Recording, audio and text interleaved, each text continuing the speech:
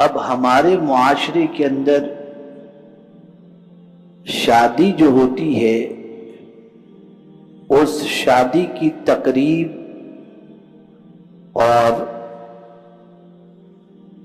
ان شادیوں کو دیکھنے کے بعد کہیں سے بھی اسلام کی جھلک نمایاں نہیں ہوتی۔ اس لیے آج میں نے یہ سوچا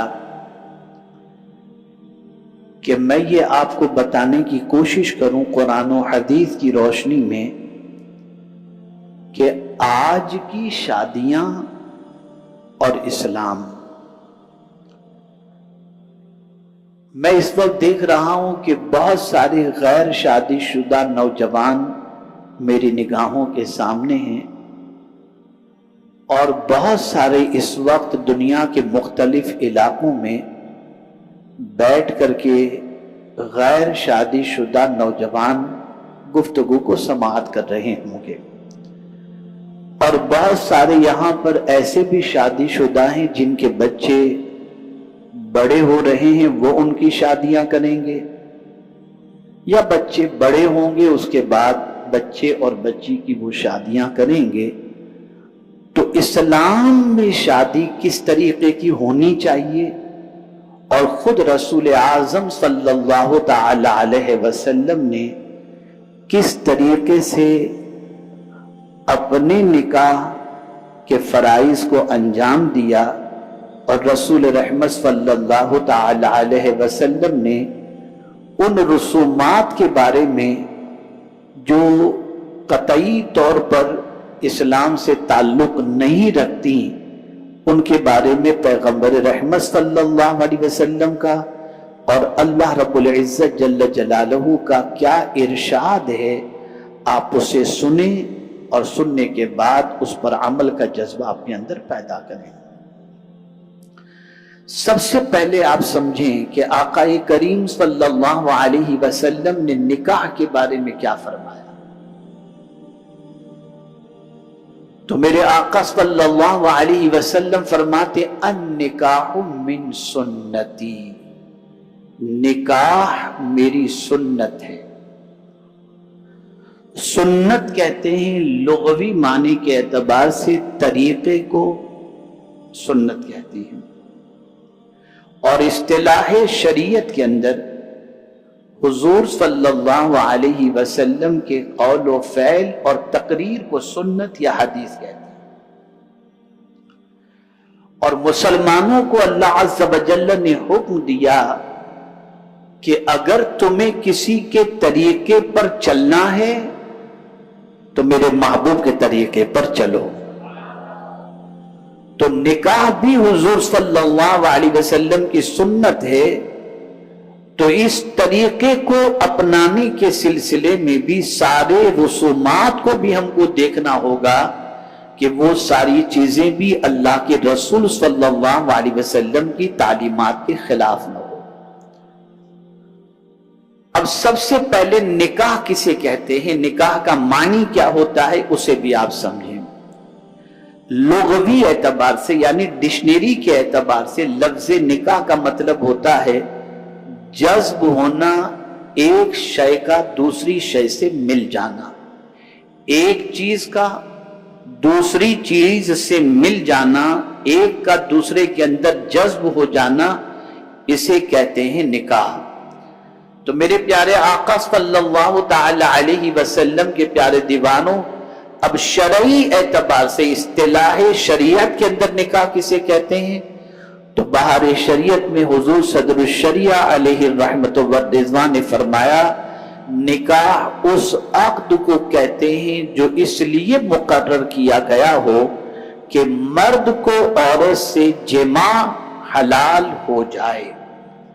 یعنی نکاح اس وعدے کو کہتے ہیں، اس عقد کو کہتے ہیں، اس عہد کو کہتے ہیں کہ جس عہد کے کر لینے کے بعد، وہ عہد کیا ہے، ایک مرد نے کسی عورت کو اپنی بیوی کی حیثیت سے قبول کر کے وعدہ کر لیا کہ میں نان و نفقے کی ذمہ داری لیتا ہوں، اور اس کے مہر کو ادا کرنے کا اس نے عہد کر لیا، تو اب وہ عورت ہو گئی اس کے لیے حلال، اب اس عورت کے ساتھ اس کے لیے جمع ہو گیا جائز۔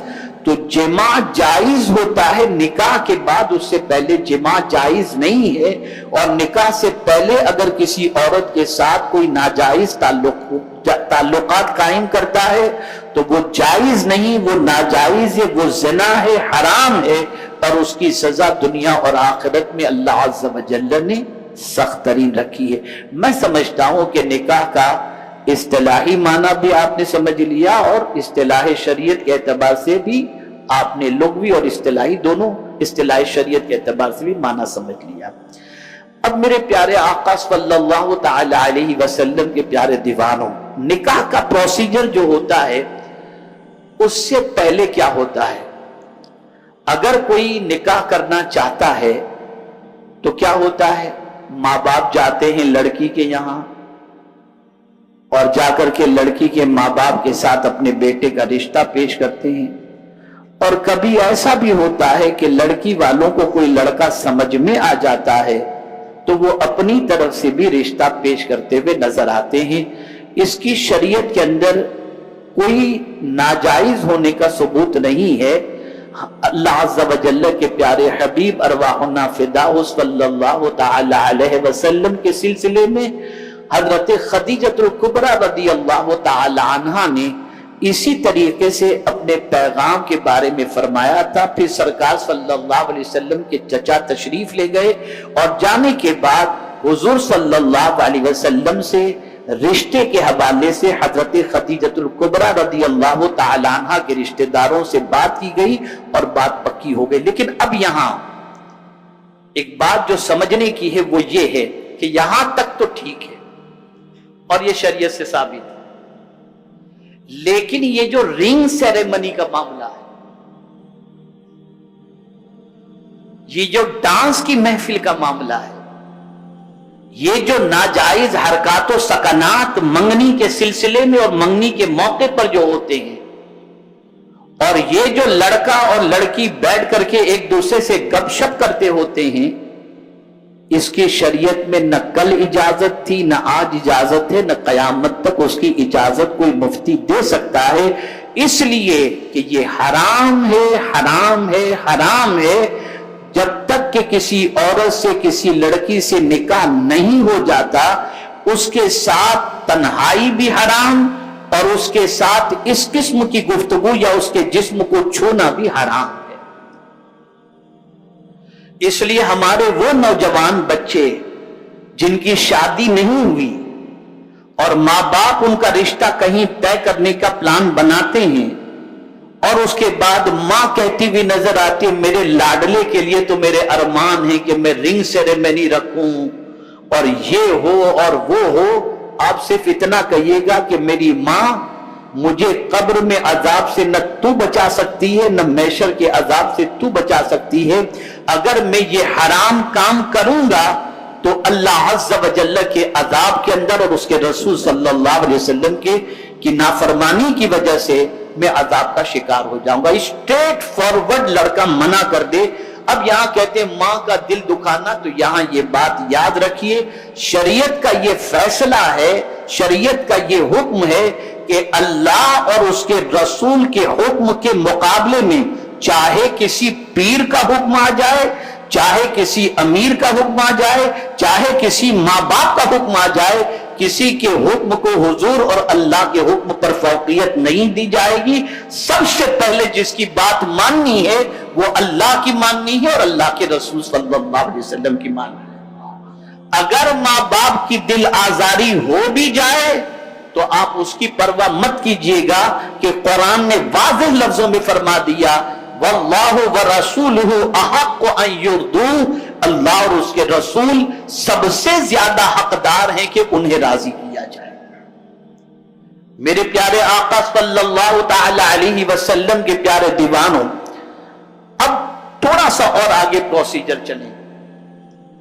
جو لوگ بات لے کر کے آئے، آپ نے ان کو کھانا کھلا دیا، لڑکی والوں نے، توجہ چاہوں گا، بہت ہارڈ بات آج کر رہا ہوں اور بہت سخت بدعت کے خلاف گفتگو کر رہا ہوں۔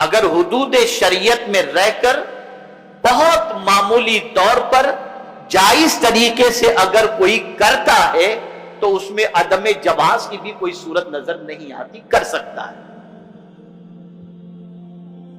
لیکن وہ جو لینے دینے والا سسٹم ہے، ساس کو اتنا دو، اور کیا بتائیں، میں جب بھی یو پی بہار بنگال جاتا ہوں اس علاقے میں تو بعض علماء کہتے ہیں حضرت جہیز کے بارے میں ضرور کہیے گا۔ وہاں تو ایسا ہے کہ العیاذ باللہ دولہا ایک بھکاری نظر آتا ہے، ڈیمانڈ کرتا ہے لڑکی کے ساتھ ساتھ بائک چاہیے، میرے ابا کو موبائل چاہیے، میرے دادا کو سوٹ پیس چاہیے۔ العیاذ باللہ، کیا کر رہے ہو آپ؟ کیا کر رہے ہو؟ کہیں سے اس کا ثبوت نہیں ہے۔ یہ ایک طرح سے اللہ عز و جل اور اس کے رسول صلی اللہ علیہ وسلم کی کو ناراض کرنے کا طریقہ ہے۔ کیا یہ کم ہے کہ ایک باپ اپنے جگر کا ٹکڑا اٹھا کر تمہیں دے رہا ہے اور تم یہ سب مانگ رہے ہو؟ کہیں سے بھی نہیں۔ ہاں، اگر کوئی خوشی سے کچھ دے دے تو ایک الگ چیز ہے، لیکن یہ بھی دیکھنا چاہیے یہ خوشی سے دے رہا ہے کہ قرض لے کر دے رہا ہے۔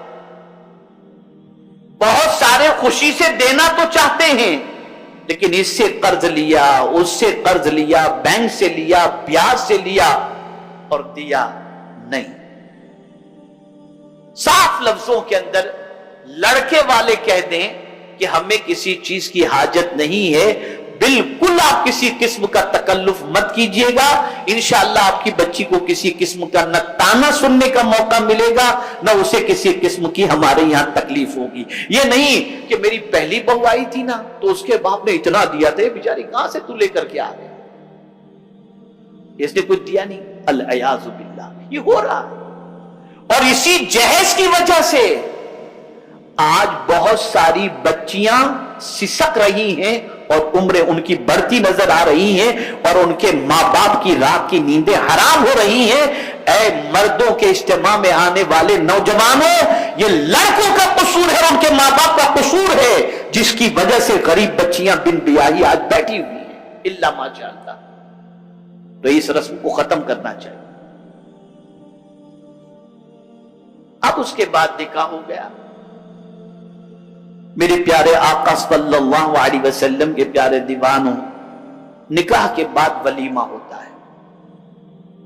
اب میں آج جو ولیمے کے بارے میں آپ کو سناؤں گا نا، اسے آپ سنیں اور اس کے بعد آپ سوچیں کہ ولیمہ رسول رحمت صلی اللہ علیہ وسلم کی سنت مبارکہ تو ہے ہی، اس میں کوئی شک کی گنجائش نہیں ہے، لیکن رسول اعظم صلی اللہ علیہ وسلم کا ولیمہ کیا تھا؟ حضور صلی اللہ علیہ وسلم کا۔ کون حضور؟ اب آئیے میں آپ کو بتاؤں۔ وہ میرے آقا کہ میں تو مالک ہی کہوں گا کہ وہ مالک کے حبیب، یعنی محبوب و محب میں نہیں میرا تیرا، مالک کونین، زمین کے بھی مالک، اللہ کے خزانے کے بھی مالک۔ اللہ نے اپنے خزانے کی کنجی میرے نبی کو عطا فرما دی، اپنے خزانے کی کنجی، ایسے مالک۔ مالک کونین ہے گو پاس کچھ رکھتے نہیں، دو جہاں کی نعمتیں ہیں ان کے خالی ہاتھ میں۔ اب ولیمے کے بارے میں حضور صلی اللہ علیہ وسلم کا ارشاد پہلے سماعت فرمائیں۔ صحیح بخاری اور مسلم میں حضرت انس رضی اللہ تعالیٰ عنہ سے مروی ہے کہ رسول اعظم صلی اللہ علیہ وسلم نے حضرت عبد الرحمن ابن عوف رضی اللہ تعالیٰ عنہ پر زردی کا اثر دیکھا، یعنی خلوق کا رنگ ان کے بدن یا کپڑوں پر لگا ہوا دیکھا۔ فرمایا یہ کیا ہے؟ یعنی مرد کے بدن پر اس رنگ کو نہ ہونا چاہیے، یہ کیوں کر لگا؟ عرض کی میں نے ایک عورت سے نکاح کیا، اس کے بدن سے یہ زردی چھوٹ کر مجھے لگی، جیسا کہ میں نے اس سے پہلے عرض کیا کہ ہلدی عورت اگر لگاتی ہے اس میں کوئی مذائقے کی بات نہیں، لیکن حدود شریعت کے اندر، تو حضرت عبد الرحمن ابن عوف رضی اللہ تعالیٰ عنہ کی بیوی کے کپڑوں پر یا ان کے جسم پر جو بھی ہو زردی لگی تھی، اس کا اثر حضرت عبد الرحمن ابن عوف رضی اللہ تعالیٰ عنہ کے کپڑوں پر نظر آیا، تو انہوں نے اس کی وجہ بیان فرمایا، اس کی میں نے ایک عورت سے نکاح کیا، اس کے بدن سے یہ زردی چھوٹ کر لگ گئی، فرمایا اللہ تمہارے لیے مبارک کرے، تم ولیمہ کرو اگرچہ ایک بکری سے یا ایک ہی بکری سے۔ یعنی حضور صلی اللہ علیہ وسلم نے ولیمہ کرنے کا حکم دیا۔ بہت غور سے سنیے گا، میں جو بات اس پر عرض کرنے جا رہا ہوں، حضرت عبد الرحمن ابن عوف سرکار صلی اللہ علیہ وسلم کے صحابی، ٹھیک ہے نا، توجہ چاہوں گا، غور سے سنیے گا۔ اور کیسے صحابی؟ اللہ اکبر، عشرہ مبشرہ میں سے۔ اور کیسے صحابی؟ کہ صحابہ میں بہت مالدار صحابی حضرت عبد الرحمن ابن عوف رضی اللہ تعالیٰ۔ حضور صلی اللہ علیہ وسلم نے زردی کے بارے میں پوچھا نا کہ زردی کہاں سے آئی، پتہ چلا جب نکاح کیا تو حضور صلی اللہ علیہ وسلم کو بتایا نہیں تھا، انہوں نے بتایا نہیں تھا، تبھی تو حضور نے پوچھا یہ زردی کیوں لگی، اور انہوں نے بتایا کہ میں نے ایک عورت سے نکاح کیا۔ اب یہاں سے یہ بات سمجھ میں آئی کہ اگر کسی وجہ سے جس کا نکاح ہو رہا ہے اس کے ماں باپ نے یا نکاح کرنے والے نے کسی کو دعوت نہیں دی تو اس کو برا نہیں لگانا چاہیے۔ یہ جو آج بالکل منہ چڑھا کے بیٹھ جاتے مجھے بھول گیا، ارے تیری حیثیت کیا ہے؟ کبھی ہم جیسے لوگ جو پیر بن کر بیٹھے ہیں، امیر بن کر کے بیٹھے ہیں، مرید نے اگر نکاح میں دعوت نہیں دی تو کہتے ہیں مجھے بھول گیا تو، اللہ خیر فرمائے، اس طریقے سے کہتے ہیں۔ ارے ہماری اور کسی کی کیا حیثیت، مصطفیٰ تو نبی ہیں، صحابی رسول نے حضور صلی اللہ علیہ وسلم کے بغیر نکاح کر لیا، لیکن حضور نے دعائیں برکت عطا فرمائی اور ولیمے کا فرمایا۔ یہاں سے یہ بات سمجھ میں آئی کہ یہ ضروری نہ سمجھے کہ آپ کو نکاح کے اندر دعوت دی جائے، آپ اس چیز کو سمجھیں۔ اور بہت عظیم نقطہ عرض کر رہا ہوں کہ کسی کی خوشی میں ٹانگیں نہ اڑائیں، اگر وہ خوش ہے تو اس کی خوشی کی دعا اور اس کو دے دیں، اس چیز کو ذہن میں رکھیں۔ سرکار صلی اللہ علیہ وسلم نے ولیمے کے بارے میں فرمایا۔ اب ولیمہ حضور صلی اللہ علیہ وسلم نے فرمایا، اب حضور صلی اللہ علیہ وسلم کی 11 ازواج میں سے ایک ہی ساتھ میں 9 ازواج رہیں۔ اب میں 1-2 ازواج کے ولیمے کے حوالے سے بتاتا ہوں کہ سرکار نے ولیمہ کیسے کیا، غور سے سنیے گا۔ اللہ اکبر، اللہ اکبر۔ بخاری اور مسلم نے حضرت انس رضی اللہ تعالی عنہ سے روایت کی، کہتے ہیں کہ رسول اللہ صلی اللہ علیہ وسلم نے جتنا حضرت زینب رضی اللہ تعالی عنہ کے نکاح پر ولیمہ کیا، ایسا ولیمہ ازواج مطہرات میں سے کسی کا نہیں کیا۔ اور وہ ولیمہ کیا تھا معلوم ہے؟ ایک بکری کا ولیمہ، ایک بکری سے۔ کس سے؟ اور یہ حضور صلی اللہ علیہ وسلم کا سب سے بڑا ولیمہ تھا۔ کتنا؟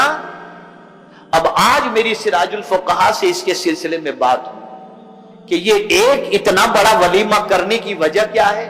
تو حضور سراج الفقہا نے فرمایا کہ جب حضرت زینب سے سرکار کا نکاح ہوا تھا اس وقت وہاں پر تھوڑا سا لوگوں کے اندر غربت زیادہ تھی، تو سرکار نے سوچا کہ میری خوشی کے موقع پر غریبوں کو خوب کھانا کھلا دیا جائے، اس لیے یہ ولیمہ سرکار نے بڑا فرمایا۔ اور اس ولیمے میں آنے والوں کی تعداد 300 کے قریب تھی ٹوٹل۔ کتنی؟ اور ایک بکری سے فرمایا گیا یہ میرے آقا صلی اللہ علیہ وسلم کا ولیمہ۔ کون آقا؟ مالک کونین ہے، چاہیں تو جنت سے سب کچھ آ جائے۔ یہ اس لیے میں بتا رہا ہوں کہ آج اس کے لیے آدمی پریشان ہے، بینک کا قرض، پیسے گرہن پہ جس طریقے سے بھی گہن پہ رکھے، اللہ رحم و کرم فرمائے،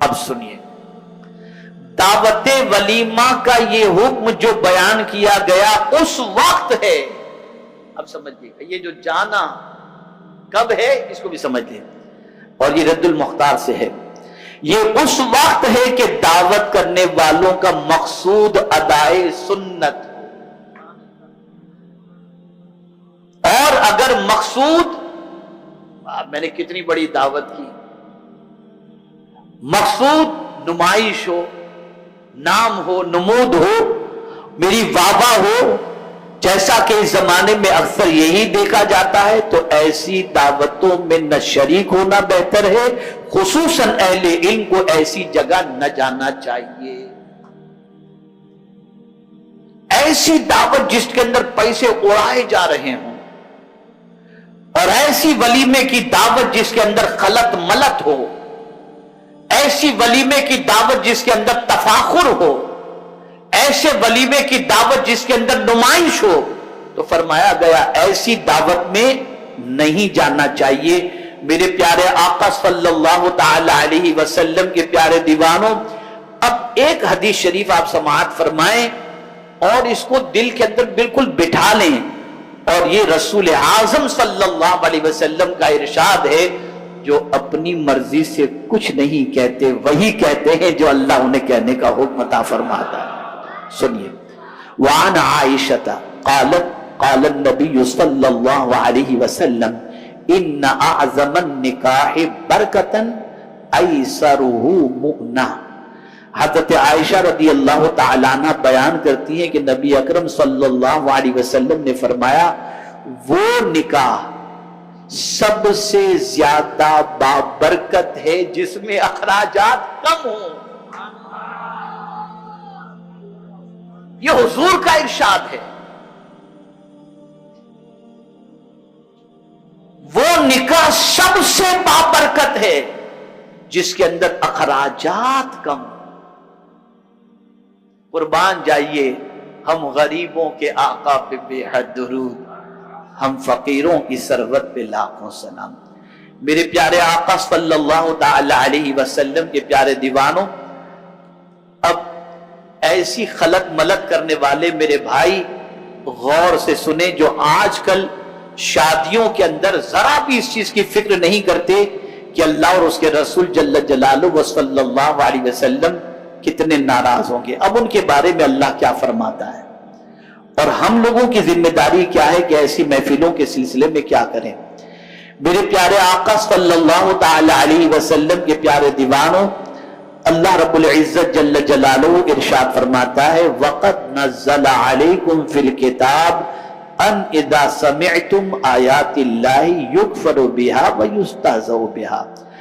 اللہ تعالیٰ نے اپنی کتاب مبین میں واضح طور پر یہ ہدایت اتاری ہے کہ جب تم سنو کہ اللہ کی آیات کے ساتھ کلم کلا کفر کیا جا رہا ہے اور اللہ کے احکام کا مذاق اڑایا جا رہا ہے، فَلَا تَقْعُدُوا مَعَهُمْ حَتَّى يَخُوضُوا فِي حَدِيثٍ غَيْرِهِ إِنَّكُمْ إِذًا مِثْلُهُمْ۔ تو ان لوگوں کے ساتھ نہ بیٹھو جب تک وہ اور بات میں مشغول نہ ہو، ورنہ تم بھی انہی جیسے ہو جاؤ۔ اب میں آپ سے پوچھنا چاہتا ہوں کہ ہمارے یہاں شادیوں کے اندر لڑکا لڑکی دونوں ساتھ میں کھڑے ہوتے ہیں، لڑکیوں کے دوست آتے ہیں، لڑکی سے ملتے ہیں، لڑکی کی سہیلیاں آتی ہیں، لڑکوں سے ملتی ہیں، مرد اور عورتیں بن سور کر کے ایک دوسرے کو دیکھ رہے ہوتے، ہنسی مذاق چل رہی ہوتی ہے۔ یہ سارا کام کیا ہے؟ یہ اللہ کے حکم کا مذاق اڑانا ہے، یہ اللہ کے حکم کا مذاق اڑانا ہے۔ اور یہ جیسے کہ اللہ عز و جل راضی ہو یا ناراض، معاذ اللہ اس کی کوئی پرواہ نہیں کرتا، کھلا اللہ عز و جل کے ارشاد کا مذاق اڑایا جا رہا ہے۔ جس کو اللہ نے حرام کیا وہ کر کے بتایا جا رہا ہے، ہم تو کریں گے، جو ہونا ہے دیکھے کہ معاذ اللہ۔ تو قرآن کے فلا تقعدوا معهم، ان کے ساتھ نہ بیٹھو، مت بیٹھو ان کے ساتھ۔ یہاں سے یہ بات سمجھ میں آئی، ایسی دعوتوں میں شریک ہونے سے بچو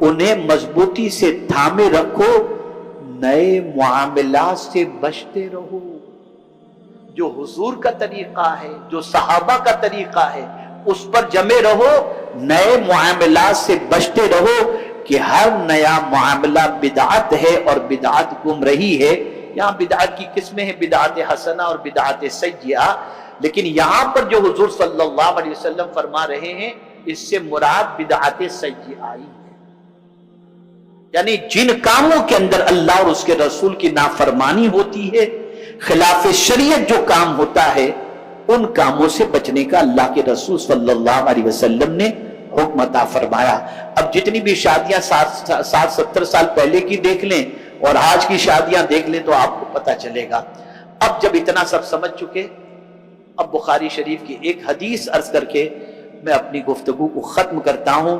جس کے دل میں میرے آقا صلی اللہ علیہ وسلم کی صحیح معنوں میں محبت ہوگی، اور میں انکار نہیں کرتا کہ آپ کے دل میں محبت نہیں ہے، لیکن اتنا میں ضرور عرض کروں گا کہ ذرا پختگی اپنے اندر پیدا کرنے کی کوشش کریں۔ حضرت ابو ہریرہ رضی اللہ تعالیٰ عنہ بیان کرتے ہیں کہ رسول اللہ صلی اللہ علیہ وسلم نے ارشاد فرمایا، کل امتی یدخلون الجنت الا من ابا۔ آقا کریم صلی اللہ علیہ وسلم فرماتے میری پوری امت جنت میں داخل ہوگی مگر جس نے انکار کیا۔ میری پوری امت جنت میں داخل ہوگی مگر جس نے انکار کیا۔ تو حضور صلی اللہ علیہ وسلم سے عرض کیا گیا، انکار کرنے والا کون ہے؟ تو حضور صلی اللہ علیہ وسلم نے فرمایا، من اطاعنی دخل الجنہ ومن عصانی فقد ابا۔ جس نے میری اطاعت کی وہ جنت میں داخل ہوگا، اور جس نے میری نافرمانی کی اس نے انکار کیا، یعنی وہ جنت میں نہیں جائے۔ تو پتہ چلا اگر ہمیں جنت میں جانا ہے تو مرضی کے طریقے پر نہیں، نبی کے طریقے پر چلنا ہوگا۔ تو اللہ عز و جل اپنے پیارے حبیب صلی اللہ علیہ وسلم کے صدق و طفیل ہم سب کو آقا کریم صلی اللہ تعالی علیہ وسلم کے صدق و طفیل جنت کا مزدہ جاں فضا عطا فرمائے گا۔ میرے پیارے آقا صلی اللہ علیہ وسلم کے پیارے دیوانوں، ایک چپتی ہوئی بات عرض کر دوں، برا بالکل مت مانیے گا، اللہ اکبر، ہم کتنے اللہ کے رسول صلی اللہ علیہ وسلم کے نافرمان ہو چکے ہیں کہ حضور کے فرمان کے مقابلے میں دوسرے فرمان کو ترجیح دیتے ہیں۔ لاک ڈاؤن میں آپ جانتے ہیں کیا آرڈر تھا؟ لاک ڈاؤن میں یہ آرڈر تھا کہ شادی کے اندر 50 آدمی سے زیادہ کو آپ دعوت نہیں دے سکتے، نہ شریک ہو سکتے، اس سے بڑی محفل نہیں کر سکتے۔ خدا کی قسم بڑی بڑی شادیاں کرنے والے بھی شارٹ کے اندر شادی کر رہے تھے۔ نادانوں، لاک ڈاؤن کے اندر جو ہے وہ خطرے کی وجہ سے اور لاک ڈاؤن کے اندر حکومت کے ڈر کی وجہ سے تم اس کی بات مان کر 50 پر شادی کر لیتے ہو اور نبی کی بات ماننے کو تیار نہیں۔ نبی سے زیادہ بھلا چاہنے والا کون ہوگا؟ کون ہوگا؟ اور یہ آخری بات ہے، آج کے دور کے اندر شادیوں میں ہونے والے فضول اخراجات، لفظ پر توجہ چاہوں گا، فضول، جائز کو منع نہیں کرتا ہوں، فضول اخراجات کا اگر سد باب کیا جائے اور ان پیسوں کو امت مسلمہ کی خیر خواہی میں استعمال کیا جائے تو ہر سال ہر شہر کے اندر ایک یونیورسٹی قائم ہو سکتی ہے۔ اپنی آخرت کا سوچو، اپنے رب کی رضا کا سوچو۔ بہت ساری بچیاں کہتی ہیں میرا شوہر نہیں مانتا، وہ کہتا ہے کہ تو بے پردہ گھوم، مردوں کے سامنے آ، تو بہت خوبصورت ہے، تیری وجہ سے دیکھ میرا نام یہ ہوتا ہے۔ اور عورت کہتے میں اپنے شوہر کے آگے مجبور ہوں۔ شوہر ہو یا کوئی بھی ہو، اس کے حکم کو اسی وقت مانا جا سکتا ہے جب اللہ اور اس کے رسول کے حکم کے مطابق ہو، اس کے اندر ہو۔ اگر اللہ اور اس کے رسول کے حکم کے مقابلے میں شوہر کا حکم آ جاتا ہے تو ماننے کی کوئی ضرورت نہیں۔ اللہ عز و جل اور اس کے رسول صلی اللہ علیہ وسلم کے حکم کو پرائیورٹی دینی چاہیے۔ اللہ تعالیٰ مجھے آپ کو سب کو عمل کی توفیق عطا فرمائے۔ وَمَا عَلَيْنَا إِلَّا الْبَلَاغُ الْمُبِينُ۔ السلام علیکم ورحمۃ اللہ وبرکاتہ۔